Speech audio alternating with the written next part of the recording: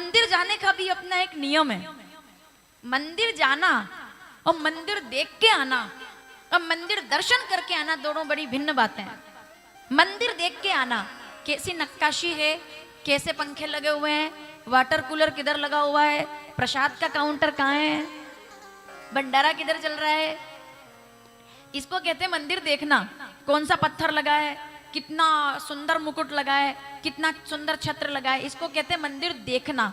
दर्शन किसको कहते हैं कि ये सब तो बहुत दूर की बात है। सबसे पहले दर्शन करने के लिए सबसे पहले आपकी नजर ठाकुर जी के चरणों पर जानी चाहिए। सबसे पहले चरणों का दर्शन होता है।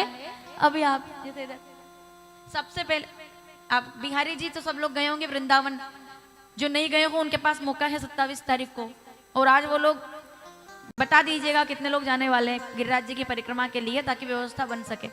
तो बिहारी जी के लिए सबसे पहले चरण दर्शन जो कभी कभी होते हैं, चरण दर्शन सबसे पहले भगवान का, ठाकुर का चरण दर्शन करो। क्यों? क्योंकि चरण में ही हमारे जीवन का आधार है, चरण ही सब कुछ है, चरण ही परम परम पवित्र है। तभी तो चतुर्थ वर्ण जो है ना हमारा, ब्राह्मण क्षत्रिय हमेशा कहते हैं ना, तो ऐसा कहते हैं कि भाई हमने चतुर्थ वर्ण ने इस बात को बहुत गलत समझा कि भाई चरणों से प्रकट हुए। चरण ही तो सार है, सार ही चरण है। हरि चरण, हरिदास, हरिजन, समझ रहे हैं आप? हरिदास, चरण दास, बहुत बड़ी बात है चरणों से प्रकट होना। तो जो चरण में सबसे पहले मन लगा ले उसको गोविंद अपने आप मिल जाते हैं। दर्शन करने का नियम है, पहले चरणों पर नजर डालिए, फिर उसके बाद उनके कमर के करधोने पर नजर डालिए, पीत पट्टा उन्होंने बांधा हुआ है। उसके बाद अभी मुखारबिंद पर नहीं जाना है, उनके वक्षस्थल का दर्शन कीजिए। कौस्तुभ मणि से सजा हुआ है मेरे नारायण का वक्षस्थल। और फिर एक तरफ हमारे भगवान, हमारे ब्राह्मण देवता का चरण उनके हृदय पर सुशोभित है, जो लात मारी थी वो सुशोभित है, वो दर्शन करें। और उसके बाद फिर मुखारबिंद में क्या, सबसे पहले आंखों को देख करके और अपना समर्पण कर दे के जो है बस यही है, इसके सिवा और कुछ नहीं है। ये भगवान के दर्शन का सिद्धांत है। हम जल्दी जल्दी जाते हैं। एक तो मंदिर हमें इतना, अब ये विषय पता नहीं मुझे बोलना चाहिए या नहीं, बोल दूं मैं? दर्शन की व्यवस्था बहुत गड़बड़ हो गई है अभी। जितना बड़ा मंदिर उतने ज्यादा धक्के। चलो कोई बात नहीं, अगर आप मेरी बात का 100% समर्थन करते हो तो करना, वरना कोई बात नहीं। हो सकता है मैं बोल करके भूल जाऊंगी कि चलो मैंने गलत बोल दिया होगा। मंदिर, भारत राष्ट्र के मंदिरों में, भारत तमाम सभी, भले ही महाकालेश्वर हो कि भले ही बिहारी जी हो वृंदावन के, भले ही जितने भी मंदिर हो, भारत राष्ट्र के तमाम मंदिरों के अंदर जिस दिन वीआईपी कल्चर समाप्त हो जाएगा उस दिन हर व्यक्ति आनंद के साथ भगवान का दर्शन कर पाएगा। जितने ज्यादा पैसे उतनी देर भगवान के सामने रहो आप। मजाक बनाया हुआ है, मैं गलत तो नहीं बोल रही हूं? एक गरीब आदमी 3 घंटे लगता है साहब, गरीब आदमी 3 घंटे तरसता है, वो तरसता है। मैं एक दिन बिहारी जी का एक मंदिर का वीडियो देख रही थी, उसमें 2000 का गुलाबी नोट उसने, भगत है वो भी, चलो ठीक है पैसे वाला है पर भगत है, अब वो उस भक्त की भी निंदा नहीं कर सकते अपन, बड़ा हमारे शास्त्रों में हर चीज का कहा गया है। अब वो भी भगत है बेचारा, वो भी 2000 रुपये, उसके पास टाइम नहीं है, उसको फैक्ट्री संभालनी थी आगे जाके, उसको काम बहुत। 2000 का नोट उसने नारियल पे रखा। अब पंडित जी ने नारियल बाद में देखा पहले, अब मैं क्या करूं, मुझे बोलना पड़ेगा, ये गलत तो नहीं बोल रही हूं मैं। अब वो 2000 का नोट देखा, अंदर से शानदार इतने बड़े बड़े कमल के फूल की माला उसके गले में डाल, इधर से तुलसी की माला डाल दी, उधर से इतने बड़े पेड़े का डिब्बा उसको वो सामने वाला व्यक्ति लेता जा रहा। उसने क्या किया, वो डब्बा अपने वाले साथ में नौकर आया था उसको पकड़ा दिया, क्योंकि इतनी प्रसाद इकट्ठी हो गई ना, उसको पकड़ा दिया। मैंने सोचा कि अगर इसको ये गुलाब वाली माला चाहिए ही थी तो बाहर की दुकान से 500 में खरीद लेता, अगर आपने पैसे चढ़ा करके और सामने से माला प्राप्त की है तो आपके खरीदने में और पाने में कोई फर्क नहीं है। फर्क इतना है, उसने दुकान से खरीदी, आपने मंदिर से माला खरीदी है। मुझे क्षमा कीजिएगा, किसको कहते हैं प्रसाद? इसको प्रसाद थोड़ी कहते हैं। प्रसाद किसको कहते हैं कि आप लाइन में खड़े हो और माला आपके गले में आकर गिर जाए, उसको प्रसाद कहते हैं।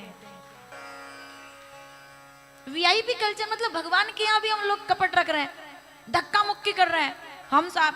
मतलब इतनी हालत खराब है।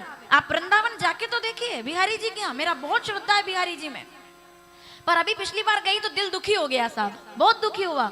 बाबा जी गरीबों के साथ, गरीब मतलब ये नहीं कि मैं पैसे से गरीब की बात कर रही हूँ यहाँ पे, गरीब मतलब ये कि दूर से आने वाला व्यक्ति 2000 नहीं दे सकता, 500 में उसकी पूरी यात्रा का बजट है। अब 500 रुपए वो दे देगा पंडित जी को, तो बच्चों को क्या खिलाएगा फिर? तो उसके बाद वो 3 घंटे से खड़ा है। चलो तुमको वीआईपी लोगों को माला देनी है तो दो, लेकिन कम से कम गरीबों को धक्का तो मत दो, उनको भी उतना ही अधिकार है दर्शन करने का। ऐसा डांट कर बड़े आगे, ऐसे बढ़ो आगे। अरे भैया, हमारे महाकाल की सवारी में गलती से किसी ने धक्का दे दिया था, 10 बार माफी मांगनी पड़ी है कि ये नहीं होना चाहिए, नहीं होना चाहिए। विरोध कीजिए इन बातों का, क्योंकि भक्तों से भगवान है। अगर भगत मंदिर में नहीं जाएंगे तो लॉकडाउन में ताले पड़े हुए थे, तरस गए थे ये सभी लोग के लोग आए और दर्शन करें। इतनी स्थिति खराब है। मंदिरों के अंदर क्रोध बढ़ रहा है, उन्माद बढ़ रहा है। आज आप किसी बड़े से बड़े मंदिर में जाओ, बिना क्रोध के बाहर आओगे ही नहीं आप। मन दुखी हो जाता है, क्योंकि हम खड़े रहते हैं ना बहुत देर से माला डलिया लेके, और हमको एक धक्के में और कोई वीआईपी आ जाए तो ऐसा लगता है कि कभी उनका बस चले तो भगवान को उठा के बाहर ले आए वो, कि तुम तो यही था। अब मैं बिना प्रमाण के थोड़ी बोलूंगी, आप एक बार ये करके देख लो। किसी बड़े मंदिर में जाओ और ऐसे नकली थोड़ी माला वाला थोड़ा अच्छा सोने की चेन एक बनवाओ नकली, नहीं मैं सही बोल रही हूँ, प्रैक्टिकल बात है। थोड़े सोने की कड़क ऐसी चेन बनाओ कि मतलब आप करोड़ों लेके घूम रहे हो जेब में। ऐसे सोने का कड़ा बनाओ, 10 अंगूठी पहनो सोने की, फिर अच्छा सफेद कुर्ता पहनकर फिर जाओ मंदिर में। क्या बात कर रहे हो आप? आगे आगे पंक्ति में कर देंगे आपको कि पैसे वाला भगत है। तो मैं आप व्यासपीठ से कुछ भी गलत नहीं बोल रही हूँ ना, मैं विरोध कर रही हूँ, लेकिन मन दुखी होता है ऐसा। और वहीं कोई मालवा से, छत्तीसगढ़ से, छत्तीसगढ़ के लोग तो वैसे ही सीधे साधे होते हैं, बिहार से तो वैसे ही गमछा डाल करके उनका श्रृंगार है, आभूषण है वो बिहारियों का, तो वैसे ही गमछा डाल करके हम मालवा के लोग दुपट्टा बांध कर पहुंच जाते हैं। इधर तो लगा तो तुरंत एक धक्के में अंदर, दूसरे धक्के में बाहर। क्यों भाई? अधिकार तो सबको है। वीआईपी कल्चर खत्म होना चाहिए। अगर आप भी चाहते हैं तो जोरदार ताली बजाइए। और वीआईपी दर्शन किसी को करना है तो उनके लिए बाहर दूर व्यवस्था करनी चाहिए कि भैया आपको यहाँ टीवी में दर्शन होगा। जब तुम्हारे पास टाइम नहीं है, तो जब तुम्हारे पास ही टाइम नहीं है तो उनके पास कौन सा फुर्सत में बैठे हुए हैं वो? तुम्हारे पास टाइम नहीं है तो वो फुर्सत में है क्या? इतना व्यापार बनाया, इतना गरीबों के, फिर भगवान कहाँ रहे? फिर वो इंसान सोचता है कि अरे भगवान अगली बार बिहारी जी को टीवी में प्रणाम कर लेंगे, इतनी दूर आके भी दर्शन तो मिला नहीं। दर्शन तो उसको मिल गया जो उधर से लाखों का धन। विरोध नहीं भाई किसी का, पर यह है कि मंदिर में भेदभाव नहीं होना चाहिए। मंदिर में व्यवस्था बंद होनी चाहिए वीआईपी लोगों के लिए। सब एक समान, सबका अधिकार, एक पंक्ति होनी चाहिए मंदिर में, केवल हमेशा एक पंक्ति। राजनेता आ जाते हैं, फिल्म एक्टर आ जाते हैं, सब ऐसे खुश होते हैं जैसे अभी मैं तो प्रमाण के साथ, बिना प्रमाण के मेरा एक शब्द व्यासपीठ से नहीं रहता है। अभी हमारे महाकाल मंदिर में बड़ा टीवी एक्टर आया, उसकी पत्नी भी साथ में आई, उसके वस्त्र मर्यादा वाले नहीं थे। महाकाल मंदिर को इस बात पर ध्यान देना चाहिए, क्योंकि अब तो मैं तो सन्यासी हूं, मेरे पास तो अधिकार है बोलने का। सन्यासी इसीलिए मैंने तो कि कल भी प्राण जाते हैं तो जाए, ये भगवा पहन लिया अपन ने तो अब बिल्कुल परवाह नहीं है। अब तो ना कोई आगे ना पीछे, अब कोई दिक्कत नहीं है मुझे, मैं तो विरोध करूंगी सीधा। अगर आप ये करते हैं तो ये गलत है। और आप जानते हैं अखबार में फोटो आता है एक्टर का, बोले आज मशहूर फिल्म अभिनेता ने भोलेनाथ का दर्शन किया, मानो भोलेनाथ आज धन्य हो गए। निकाल लीजिए अखबार की कटिंग। अच्छा उसमें क्या है फिर? वो दोनों हाथ जोड़ के खड़े हैं, शंकर जी गायब, क्योंकि फोटो की फ्रेम बराबर नहीं आ रही थी। वो दोनों खड़े हैं ना, तो महाकाल नहीं दिख रहे उसमें, खाली एक्टर और वो दिख रही है पत्नी उसकी, जिसने अमर्यादित वस्त्र पहने हुए हैं, और वो गई है गर्भगृह में, उसको रोकने वाला कोई नहीं है। और वहीं कोई गरीब किसान अगर गलती से थोड़ा सा इधर से उधर हाथ लगा दे, ऐसा डांटते हैं जैसे कोई इनके घर पे कब्जा कर लिया हो उसने। क्यों फिर किसके हैं भगवान? फिर मंदिर में ऐसे भगवान रहेंगे क्या? फिर तो हम जहां जल चढ़ा देंगे वहीं भोलेनाथ हमारे लिए प्रकट हो जाएंगे। लेकिन ये है कि मंदिर को बहुत ज़्यादा ज़रूरत है व्यवस्थाओं को सुधारने की, वरना केवल अमीर ही अमीर नजर आएंगे।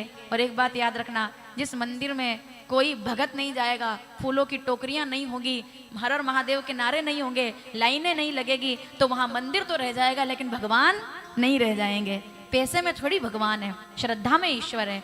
हम उसी ईश्वर को हर जगह देखते हैं, लेकिन जब श्रद्धा से दूर दूर कितना खर्चा करके जाते हैं, तो हम मंदिर प्रशासन से, हर व्यक्ति से हमारा निवेदन है कि इस पर हमारे जो धर्म के बड़े बड़े शंकराचार्य हैं, उन लोगों को इस पे एक अल्टीमेटम जारी करना चाहिए कि किसी भी मंदिर में कोई वीआईपी व्यवस्था नहीं रहेगी। बंद करो, हटाओ सब, हाथ जोड़ो और पूजा करो। आप मंदिर प्रेम से जाएं, भाव से जाएं। तो भाई दर्शन करना हम सभी के लिए बड़ा विशेष जरूरी है। हमारा दर्शन कैसा हो, तो कैसे मंदिर जाएं?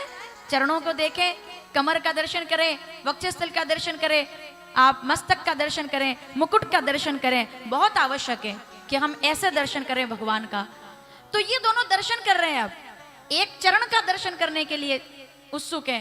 तो ब्रह्मा जी ने कहा मुखारबिंद तो नजर नहीं आ रहा, ना आदि है ना अंत है, तो भोलेनाथ है, ना आदि है ना अंत, ये तो भोलेनाथ है ना। तो अब जरा कौन पता लगा है? तो ब्रह्मा जी ने कहा एक काम करते हैं, मैं ऊपर जाता हूँ। आपने ये कथा सुनी होगी, ये दोनों ढूंढने गए, तो नारायण भगवान ने कहा ठीक है मैं नीचे जाता हूँ, पाताल तक जाता हूँ कि चरण मिल जाए कभी, तो आपको मिले तो आप बता देना। ऐसा होता है ना भाई, दो लोग हैं तो दोनों एक तरफ जाएंगे, समय लगेगा, आधे इधर आधे इधर। आप ऊपर जाओ ब्रह्मा जी, मैं नीचे जाता हूँ। तो हंस का रूप लेकर के ब्रह्मा जी वो उस स्वरूप को देखने के लिए ऊपर उड़े, और वराह का रूप, क्योंकि वो तो शुकर स्वरूप में तो हमारे भगवान वैसे ही, तो भगवान जब वराह रूप लेकर के, और कहते हैं कि वो गए पाताल की तरफ चरण देखने के लिए। और जब चरण देखने के लिए गए तो नारायण भगवान को चरण नहीं मिले, शिवलिंग का उनको, उस इस अग्नि स्तंभ का उनको कोई भी किसी भी प्रकार का कोई भी सार उसमें चरण का नजर नहीं आया, कोई चिन्ह नजर नहीं आया। तो नारायण भगवान हार करके वापिस आ गए। उन्होंने कहा कि अब मैं, ब्रह्मा जी आएंगे तो बता दूंगा कि मुझे नहीं दिखे चरण, है ना। ब्रह्मा जी पहुंचे, बहुत देर तक हंस के रूप में उड़ते रहे, और उड़ते उड़ते बहुत ऊपर तक गए, तब भी ब्रह्मदेव को भगवान का कोई भी मुखारबिंद नजर नहीं आया। इतना असंख्य मणियों के समान चमकने वाला तेज था अग्नि स्तंभ में, इतना तेज था, वो नजर ही नहीं आया कि मुखारबिंद कहाँ है। तब ब्रह्मा जी भी हार गए कि नहीं भैया, ये तो बहुत विराट है, कहाँ तक हम उड़ सकते हैं। उन्होंने कहा चलो जब चलते हैं। पर जब नारायण भगवान पूछेंगे, आज बहुत सुंदर कथा सुन रहे हैं आप, ध्यान से सुनना, जब नारायण भगवान पूछेंगे कि क्या आपको मुखारबिंद मिला, तो अगर मैं कह दूंगा कि नहीं मिला तो बड़ी हार हो जाएगी कि इतना देर में आए और कुछ मिला नहीं। उन्होंने कहा चलो एक काम करते हैं, छोटा मोटा झूठ बोल देने में कोई बुराई, कभी कभी थोड़ा बहुत झूठ चलता है। ये सबसे बड़ी गलतफहमी है। जब तक जरूरी नहीं हो तब तक झूठ ना बोले, जब तक कि फंस ना जाओ पूरे तरह से, कि बिल्कुल ऐसा कि नरो व कुंजरा, तब ठीक है। लेकिन तभी झूठ बोला जा सकता है जब उससे किसी की बुराई या किसी का अहित ना हो, तो झूठ ठीक है। ठीक है, झूठ बोला जा सकता है, उसकी भी एक स्थिति है। जैसे माताएं भोजन बनाती हैं, कई बार झूठ का सहारा लेती है अपने बच्चे को खिलाने के लिए। कई बार वो किसी भी सब्जी में करेला मिक्स कर देती है, क्योंकि उनको पता है कि इसे खाएगा नहीं, तो वो उससे पूछता है काहे की सब्जी है, तो वो कहता है भिंडी की सब्जी है। ये झूठ ही है ना, लेकिन ये झूठ बोलने से आपको पाप नहीं लगता है। आप जब कोई बात अपने बच्चे की भलाई के लिए कहते हो तो उसके लिए पाप नहीं लगता है। जिससे किसी का अहित ना हो, उस झूठ से कभी पाप नहीं लगता है। लेकिन जिस झूठ से कहीं ना कहीं अहित होता हो, उससे पाप लगता है। अब आज महाराज जी से मिलने के लिए मैं गई थी, जो हनुमान धाम के महाराज जी हैं, आज हमारे बीच पधारेंगे वो, इसलिए हम सभी का बड़ा सौभाग्य। बोलिए शंकर भगवान की। तो थोड़ा झूठ तो चलता है, ब्रह्मा जी ने विचार किया। अब सावधान, फिर से ध्यान देंगे, ठीक है, बहुत जरूरी है सुनना आपके लिए। झूठ भी कब बोला जाए? जब किसी झूठ बोलने से किसी का फायदा हो रहा हो। भगवान नारायण कृष्ण जी से पूछा था धर्मराज ने, उनने कहा कि अश्वत्थामा हतो, गुरु द्रोणाचार्य जी का बेटा, उनने कहा बोल दो कि अश्वत्थामा मारा गया। धर्मराज केतकी का फूल ऊपर से, इसका मतलब क्या है? मतलब वो पहले से ही ऊपर था, वो ऑलरेडी कहीं पहुंचा हुआ था, मतलब उसको वो जगह मिली हुई थी। समझ रहे हैं आप? किसी स्थान को पाकर, अब बहुत इसको ढंग से समझेंगे, एक एक शब्द ढंग से समझना, शिव पुराण तभी समझ में आएगी, ठीक है ना? चाहे 2 कथा कम सुनेंगे लेकिन हर कथा को ढंग से सुनेंगे। कोई ऐसा अपने इसमें जरूरी नहीं है शिव पुराण में कि एक कथा आज यही करना है तो करना ही है, कोई दिक्कत नहीं है। 7 दिन में कोई भी कथा हम कभी पूरी कर सकते हैं, तो इसलिए बहुत ध्यान से सुनना, आपको बात समझ में आएगी। अब केतकी का फूल वहां आया कहां से, सवाल तो ये है। वो गिरा है ऊपर से, यानी कि वो छोर पर पहले से ही था। मतलब जब ब्रह्मा जी नहीं पहुंच पाए थे वहां वो पहले से ही था। कितनी बढ़िया जगह पर था वो, और वो गलती से खिसक गया। अब वो जब वो गिर के आ रहा है तो ब्रह्मा जी ने कहा कि अगर मैं जाकर नारायण भगवान से कहूंगा कि मैंने मुखारबिंद देखा है तो मुझे तो जरूरत पड़ेगी गवाह की। बिना गवाह के तो रजिस्ट्री नहीं होती, 2 गवाह की जरूरत तो हर जगह पड़ती है। तो उनने कहा गवाह तो चाहिए। तब उस फूल को उनने देखा, उनने कहा ए भाई किधर से आते हो? बोले मैं बहुत ऊपर से आता हूँ। अच्छा मेरा एक काम करोगे? बोले क्या? मैं ब्रह्मदेव हूँ। बोले प्रणाम। बोले मेरे साथ चलो और जैसा जैसा मैं कहूँ वैसे वैसे गर्दन हिला देना। मैं कहूँ ऐसा तो तुम कहना हाँ, बस तुमको हाँ करना है। बोले किस बात में? बोले हमारा एक कंपटीशन चल रहा है कि कौन देखेगा भोलेनाथ का स्वरूप, तो इसके लिए मुझे दिखाई नहीं दिए लेकिन मैं झूठ बोलूंगा, तुम मेरा साथ देना। तो उनने कहा मैं साथ, सावधान, किसी प्रलोभन में आकर के कभी भी गलत का साथ नहीं देना चाहिए। बहुत इसको अगर आप समझोगे तो बहुत गजब की कथा है ये। प्रलोभन में साथ, किसी गलत का साथ मत दो, गलत गलत है। अपना स्वार्थ मत देखो उसमें कि चलो मैं आंख बंद कर लेता हूँ क्या फर्क पड़ गया, ऐसा नहीं है। उसका दुष्परिणाम क्या होता है वो देखो। बोले बदले में मेरे को क्या मिलेगा? सुनो, मेरे को क्या मिलेगा बदले में? ब्रह्मा जी कहते हैं मैं ब्रह्मा हूं, सब कुछ मेरे हाथ में है। मैं तुमको ऐसी सुगंध प्रदान करूंगा कि इतनी सुगंध कहीं और नहीं होगी। केवड़े की खुशबू जानते हैं ना आप लोग? उस केवड़े को खुशबू मिल गई उस दिन से कि मैं तेरे को बदले में खुशबू दूंगा। फिर तू अब इस स्वार्थ में, इसको जो गंभीर लोग हैं वो समझ गए होंगे मैं क्या बोलना चाहती हूँ। किसी स्वार्थ में कभी किसी का साथ मत देना, क्योंकि वो खुशबू तो आपको देगा लेकिन आपका अस्तित्व छीन लेगा। जहां से आप गिरे हो फिर कभी पहुंच नहीं पाओगे। तो उन्होंने कहा मैं तुम है केतकी, मैं तुमसे कहता हूँ कि तुम मेरा साथ देना। उन्होंने कहा ठीक है। थोड़ा ब्रह्मा जी आगे बढ़े तो कहते हैं कि गौ माता का दर्शन हो गया, तो गाय माता से भी यही कहा कि तुम भी मेरा साथ देना। तो क्या होगा, हमारे बीच महाराज जी पधारे हैं, आइए हम सभी लोग मिलकर के उनका सम्मान करते हैं। मैं चाहूंगी दोनों हाथ उठाकर तालियों से और अपने स्थान पर खड़े होकर के सम्मान करें हम। महाराज जी का आगमन हुआ है।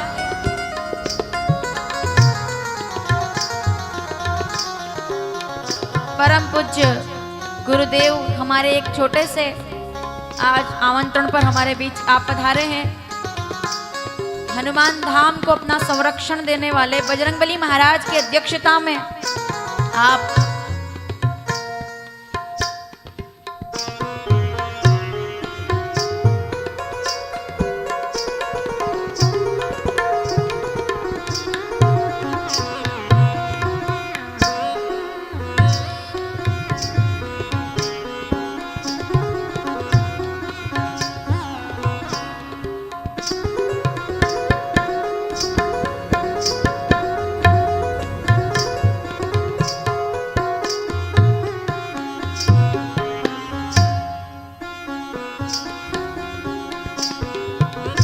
एक बार जोरदार ताली बजाएं। गुरुर ब्रह्मा गुरुर विष्णु गुरुदेव महेश्वर गुरुर साक्षात परब्रह्म तस्मै श्री गुरुवे नमः।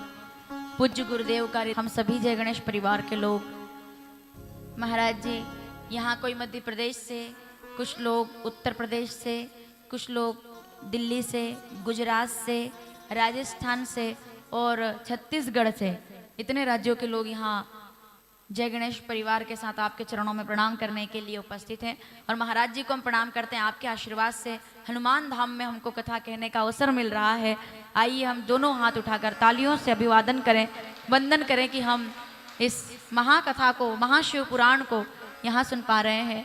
मैं निवेदन करूंगी संस्था के कुछ लोग आकर के और एक बार जोरदार ताली बजाकर आप परम पूजनीय गुरुदेव के चरणों में अपना प्रणाम निवेदित करेंगे।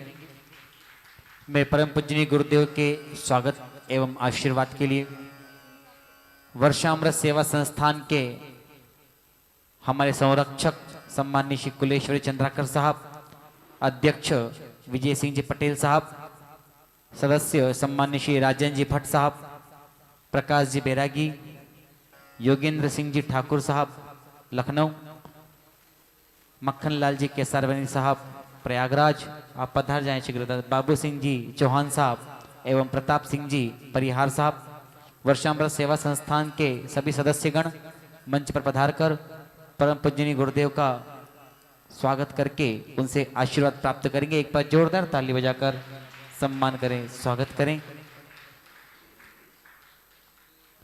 श्रीमान हुक्म सिंह जी पटेल साहब, गिरिराज जी सुमन साहब,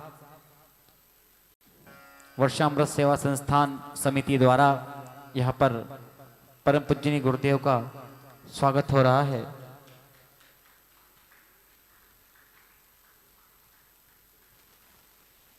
हम सब भी अपने स्थान पर बैठ करके और दोनों हाथ जोड़ करके गुरुर् ब्रह्मा गुरुर् विष्णु गुरुदेवो महेश्वर गुरु साक्षात परब्रह्म तस्मै श्री गुरुवे नमः। धन्य है भूमि जहाँ हमें ऐसे संतों का नित्य दर्शन होता है और महाराज जी के आगमन से हमारा शिव पुराण करना सफल हो गया आज यहाँ पर, कि संतों का दर्शन हमारे लिए सदैव मंगलकारी रहा है। YouTube के माध्यम से भी जो लोग देख रहे हैं वो भी आज धन्य है। हनुमान धाम से सीधे यहाँ सदैव अपना आशीर्वाद प्रदान करने वाले महाराज जी, जिनके संरक्षण में और बजरंगबली महाराज की अध्यक्षता में आज मैं जब आपसे मिलने के लिए गई, मेरा सौभाग्य रहा और मैंने निवेदन किया कि महाराज जी मेरा संन्यास हुआ है, तो बड़े प्रसन्न हुए और मुझे आशीर्वाद दिया और कहा कि महाराज जी ने मुझसे सवाल किया एक सबसे पहला, आप तुम्हारे संन्यास का उद्देश्य क्या है? क्या उद्देश्य है संन्यास का? मैंने ज़्यादा सोचा नहीं, कुछ सीधे सीधे कहा, एक ही शब्द है, सेवा और समर्पण और भगवा ध्वज की आराधना। ये हमारे संन्यास का लक्ष्य है, उद्देश्य है कि घर घर भगवा घर घर राम। ये हमारे संन्यास का उद्देश्य है, घर घर भगवा हर घर राम, ये उद्देश्य है। बस महाराज जी ने आशीर्वाद दिया बड़ा, क्योंकि अब तो पूरा जीवन संतों की सेवा में ही है हमारा। साधु संत के दर्शन मिलते हैं तो हम बड़ा प्रसन्न होते हैं। हाँ, मैं महाराज जी से निवेदन करूंगी, क्योंकि आपका आदेश हुआ था कि ज़्यादा तो, लेकिन जितना भी हमको अमृतवाणी से प्राप्त हो सके हम उनका अमृत वचन श्रवण करेंगे और उसके पश्चात आगे की कथा को हम लोग प्रारंभ करेंगे आज। और मैं निवेदन कर दूं आपसे, हम लोग आज की कथा तो श्रवण करेंगे ही। हम सोच रहे थे कि शंकर जी के विवाह की कथा आज सुन लेंगे, लेकिन मुझे क्योंकि हमारे पास अन्य और प्रसंग भी हैं जिस पर विस्तार से चर्चा कर सकते हैं और समय उतना ही रहता है, तो अगर ऐसा होगा भी तो हम शिव जी के विवाह और सती प्रसंग को कल भी श्रवण कर सकते हैं, वो कोई दिक्कत नहीं है। पर आज हमें कुछ और भी कथाएं सुननी है, तो शिव विवाह का आयोजन हम लोग कल भी कर सकते हैं, कोई बात नहीं। मैं निवेदन करती हूँ, ठीक है। गुरुदेव हमारे बीच में, मुझे क्योंकि ये सौभाग्य हमारा कि आप समय यहाँ पर दे रहे हैं, एक बार जोरदार ताली बजाएं और पुनः प्रणाम करते। महाराज जी, बड़ा सुंदर प्रसंग चल रहा है कथा में, जब प्रलय काल के बाद सृष्टि प्रारंभ होती है और साक्षात भोलेनाथ का स्वरूप दर्शन होता है ब्रह्मदेव को और साक्षात नारायण भगवान को, तो वो खोज करने गए कि भाई सत्य का दर्शन कैसा है, सत्य कैसा नजर आता है, सत्यम शिवम सुंदरम। तो ब्रह्मा जी झूठ बोलने के लिए तैयार हुए कि भाई मैंने देखा है कैसे है भोलेनाथ। तो केतकी का फूल ऊपर से गिर रहा था, यानी कि वो पहले से कहीं था, ऊपर ही था, तो वो गिर रहा था, यानी कि उसने अपना पद छोड़ा। कहीं पहुंचना बड़ी बात नहीं है, कहीं पहुंच करके वहां टिके रहना बहुत बड़ी बात होती है। पद पाना बड़ी बात नहीं है, उस पद की मर्यादा बनाना बड़ी बात होती है। मिल जाता है बहुत तप के बाद बहुत कुछ, लेकिन उस पर कैसे टिके रहना है ये हमें सनातन सिखाता है। केतकी का वो फूल खुशबू के लोभ में आकर के और झूठ बोलने के लिए तैयार हो गए। गौ माता से भी कहा कि आप भी गवाही देना, आप दोनों आए नीचे। नारायण भगवान जब सामने आए तो ब्रह्मदेव से पूछा कि बताओ फिर जरा, क्या आपने भोलेनाथ को देखा है? सावधान, क्या आपने, ब्रह्मा जी ने पहले पूछा नारायण भगवान से, क्या आपने भगवान के चरण देखे? क्या आपको उनके चरणों का दर्शन हुआ? आप गए थे ना ढूंढने के लिए कि आपको मिले।